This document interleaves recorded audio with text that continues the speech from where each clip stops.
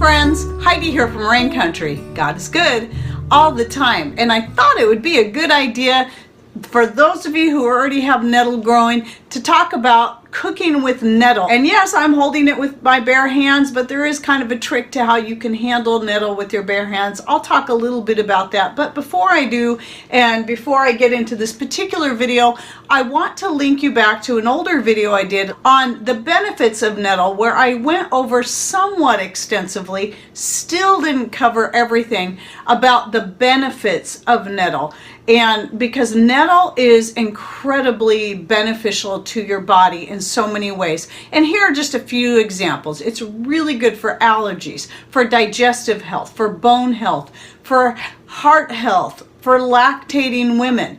And the number one reason why I started growing nettle here was because I had read or heard years ago is that it's beneficial to thyroid health. Now, I believe this would cover the whole gamut of thyroid issues because it's very nourishing to the thyroid. But my main thing was trying to get away from the thyroid medications for hypothyroidism.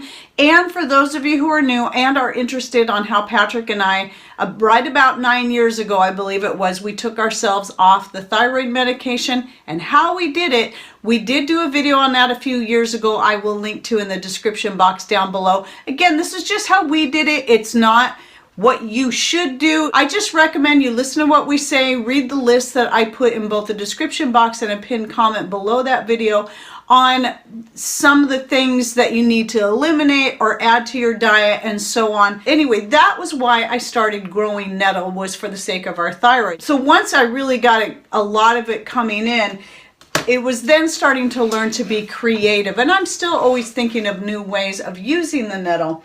But the number one thing I've done with it over the years was to dehydrate it up like I have here. Here's a jar, and I have a bunch of these from 2019, and here's one from 2020. So I'm not sure, because I have quite a bit of nettle dried up. I still haven't decided whether or not I'll dehydrate any this year. But what I am doing is making sure I use as much of it fresh as I can. I do have a lot. We have a lot growing, and using it in meals. Now, yes, when it is fresh, it will sting you, but knowing what parts to avoid is the trick. So the main thing is, while the stems can have the needles on them, they're usually, I have found, not as bad. It's the back side of the leaves right here that you're going to have the needles that have the chemical in it that causes that stinging sensation. But there's actually benefits in that too, and I talk about that in that video.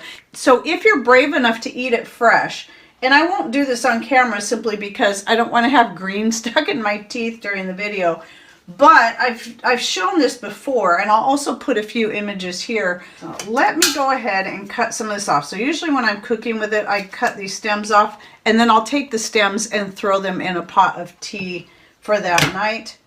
But when it comes to your leaves, if you're careful, you grab from the top of it like this, gently. If you don't grab gently and you pinch too hard, the needles on the backside will sting you through the leaf.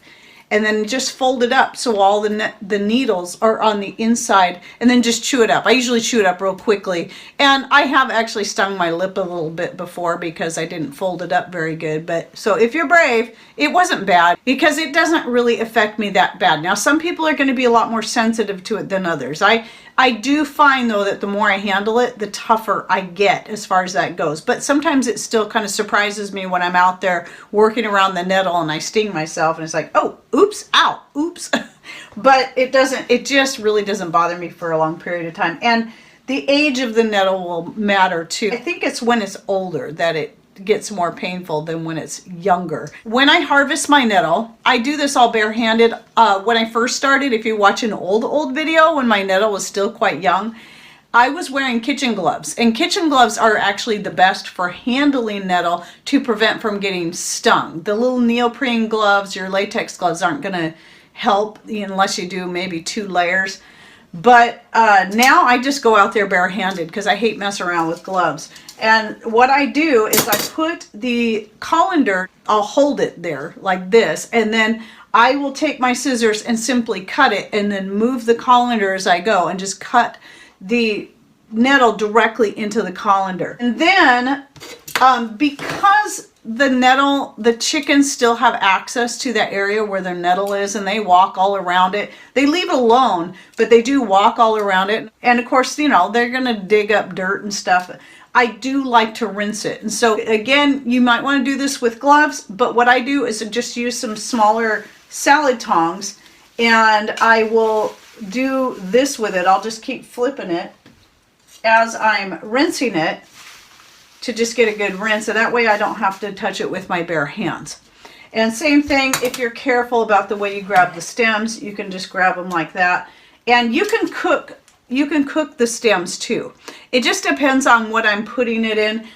You can chop them up and then add them into whatever. But I like best to cook the leaves and just cut especially the bigger, like these ones here aren't such a big deal. But when I come across bigger ones like that, then I'll just cut the thickest part off. And again, just throw that into some tea, because there's still a lot of benefits in those stems. Like I say about any kind of herbs, when you're harvesting them and drying them, if you don't want to have woody or hard stems, then save them and just put them in your teas. I'm not going to be cooking this up right now on camera, but I will shoot some video later when I'm cooking my lunch, and then again when I'm making dinner. And today what I'm going to be doing is sauteing for lunch, because this has been my favorite thing lately for lunch. Sauteing the nettle leaves in butter and homemade wine, or whatever wine that you have, adds an excellent flavor to it that far surpasses just steaming the nettle. Well, now we've steamed nettle, and you can eat it with a little salt and butter, or even put vinegar on it if you're one that likes to eat spinach with vinegar. Nettle makes a good spinach replacement. So I would even say, even though I haven't tried it, this would probably be a really good replacement for spinach, even in quiche. So I'm going to try that someday. Now, since I'm going to be cooking this up later today, not right now because it's still morning time, I'm going to go ahead and explain to you how I do it, and I'll try to get some pictures and video clips in here so to go along with what I'm saying. So when I'm sauteing the nettle, I like to put the butter. You can use, if you're vegan, you can use coconut oil, avocado oil, grapeseed oil, whatever your favorite kind of fat is to cook with. I like to put that in the pan and let it warm so that it's melted well, if it's an oil that's not already melted. Then I'll put in, if I have fresh onions, then I'll put those in first, fresh onions and garlic, and let them saute just a little bit first, because nettle will cook down very quickly. So you can see this colander right here. It would probably cook down to look like about maybe half that much or less. So it's a lot like cabbage and mushrooms, the way it cooks down and just appears to be nothing. And kale is the same way. And then if I'm using my fermented onions and garlic, I'll usually put them in all together, because those are already pretty softened from being fermented for quite some time and keeping them in the fridge. And then if you want to add any other vegetables to it, yeah, you're welcome to do that. Mushrooms would probably be real good. And then what I do, once I have the nettle in the pan, I'll take maybe about 1/4 to 1/2 cup, depending on how much I'm cooking at a time. I don't measure. I just throw stuff in there, so I can't give you any exact measurements. But I'd say start with at least 1/4 cup of whatever wine I'm going to saute with. And then I'll pour that right over the top of the nettle. I actually pour it directly from the jug. That's why I can't tell you measurements exactly on that. So if you're doing it that way, be careful, because you can easily pour too much.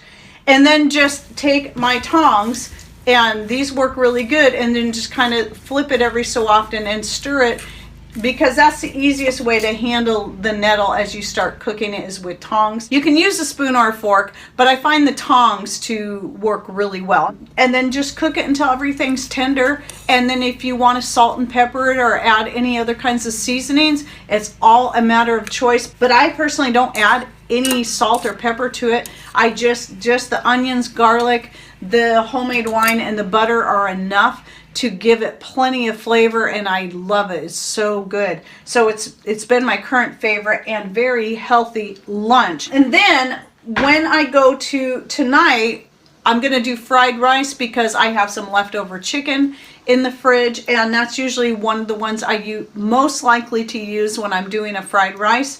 And salmon or steelhead also make a really great fried rice. So what I'll do is I'll pull out the carrots I chopped up. You might have seen in another video where I talked about it, and I froze.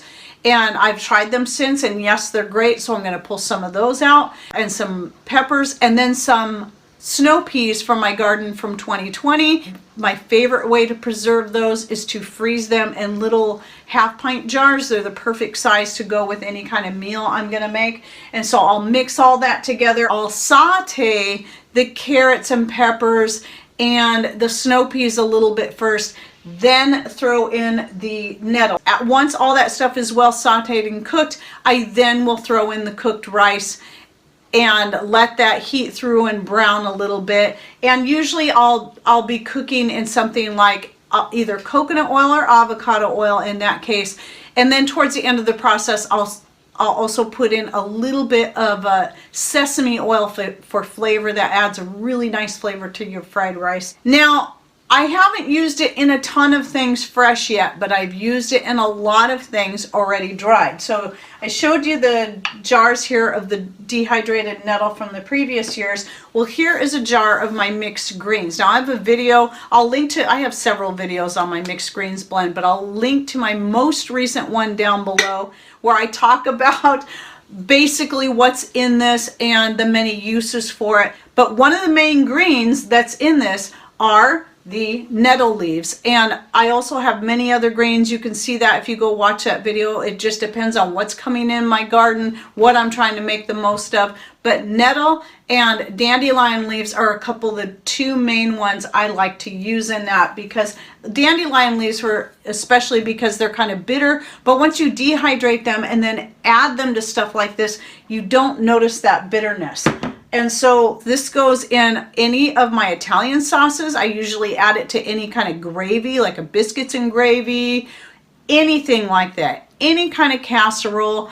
Because the nice thing about greens like this, and they're broken up, and you can choose to powder it, I prefer to just break them up more like flakes, is that they cook up very quickly and they don't need a lot of soaking to rehydrate. You can just throw them in just about anything. As long as there's a little bit of liquid in there, they're going to rehydrate just fine, and they're small enough that it's not a big deal. So you can use these in just about anything. And I've also used the mixed greens with the nettle in there in making homemade teas. Usually when I do that, because it has a very green flavor, that'll be something I'll add spices to kind of cover up. Not that I don't like the green flavor, I just, when it comes to tea, I tend to like a different type of flavor. I like something that's like spicy or very minty. So I make a lot of peppermint tea, and I'll make a lot of spice teas, and I have all kinds of recipes out there. So anyway, with the nettle in the form of being dehydrated, it gets used all the time in many things. Now here's another thing you can do with your, either whether it be your nettle that's dried or you have it in a mixed greens blend, is you can make your own extracts or tinctures out of it that they don't have to necessarily be medicinal. I would call something like that, if I was going to take it every day, multivitamin tincture or extract. I know I have a couple of them out there. I don't know how old it is, but I'll link to the most recent one I can find about making a multivitamin extract. And one of the main ingredients is the mixed greens. And I might throw a few other things in there with it too. And just a whole bunch of stuff. What you add is going to be entirely up to you. It's going to depend on the nutrients you're looking for specifically. But mostly I'm looking at things that are, you know, any kind of dark leafy greens and bitters that I know have just lots of wonderful healing nutrients in them that our body needs. The other thing you can do, just powder your greens or just the nettle alone or the nettle and your dandelion leaves up and make capsules out of them to take as a multivitamin mineral supplement right there. But anyway, what it boils down to with the nettle is anything you're going to use kale or cabbage or anything like that in any way, chop up some nettle or throw it in whole like I do and put it into whatever meal you're making. It would go well in all kinds of casseroles and sauces and soups and so on. It's not a bitter flavor. It goes well with pretty much everything. I hope that gave you some ideas, and I'm sure many of you out there have a lot of ideas that you'd probably like to share, so go ahead and put those in comments down below so other people can read those and learn from you too, because there's a lot of people coming in here that had no idea that nettle was even edible. They just thought of it as a painful weed. Quite literally. All right, well, I hope you enjoyed this video, and don't forget to check out the links in the description box by clicking on either show more right down here below my channel name, or if you're on a smart device, the little gray arrow or triangle, depending on what smart device you're on, that will be right over here. That will open up the description box so you can see all that stuff that's in there. All right, well, thanks for watching. Take care, and God bless.